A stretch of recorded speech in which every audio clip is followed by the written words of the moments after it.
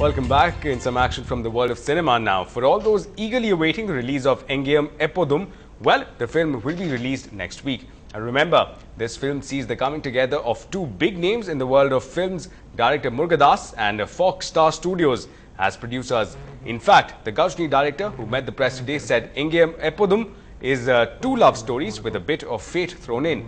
So you can guess who the villain will be. Epodum stars Jai, Anjali, Ananya and Sarvanan as the two lead pairs who fall in love with the Sarvanan, a former assistant to Murugadas, is the director of the film, while music is composed by Satya.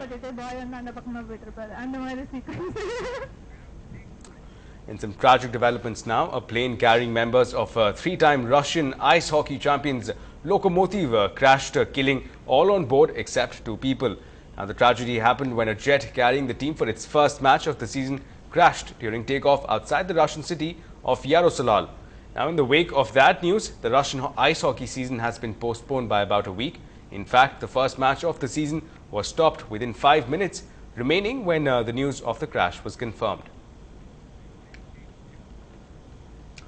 Well, now rain affected play at the ongoing US Open for the second day running, which has prompted, in fact, the defending champion Rafael Nadal to lash out at the tournament organizers for making them play on rain-soaked courts.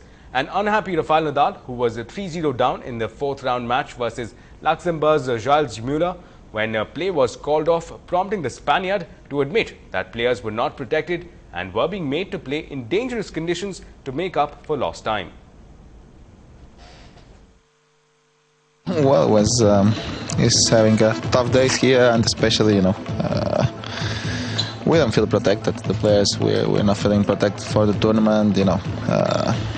Grand Slams is winning a lot of money, and we are part of this show, and they are just working for that, not for us. They know that it's still raining, and they call us on court, so that's cannot be possible. No, the health and the players are important in this part of the show too, and we don't feel protected. The back of the court was soaking wet, and the balls were really wet too. And everyone that I spoke to mentioned it to the umpire, and they were just like, "Oh no, it's fine," but it doesn't really make sense to be just trying to get out there for like 7 or 8 minutes and then having to come back inside. So I think that's kind of why everyone was a little bit disappointed, and I don't think that will happen again. In some news now, which almost seems ironic after India's second loss in the ODIs versus England.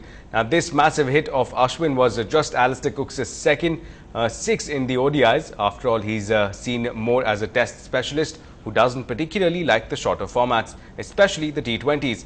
Now, so much so that Cook himself thought of skipping the second ODI versus India when it was shortened to just 23 overs a side.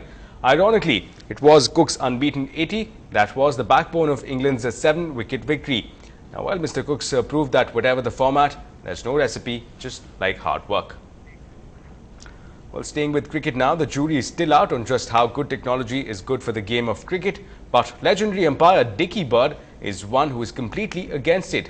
And the 78-year-old man who stood in 66 tests has said that the power of decision-making should remain with an on-field official. Otherwise, the game will lose its charm. The ICC, meanwhile, has defended the use of technology to assist umpires through decision review systems or the DRS. Well, staying with some coming back to tennis now, Novak Djokovic isn't the only one who's great with jokes. Looks like so is Caroline Wozniacki. Look at the visuals. Was Caroline Wozniacki the second victim of cramps and spasms at the US Open after Rafael Nadal? Not really. The world number one was just imitating the Spaniard who'd suffered cramps in the same press conference room a day back. Now, the episode is a huge hit on the internet, and though Rafael Nadal hasn't complained, the Dane has clarified that it wasn't meant to be an insult. Well, with that, we come to the end of this bulletin. That's all the time that we have for. Have a good night.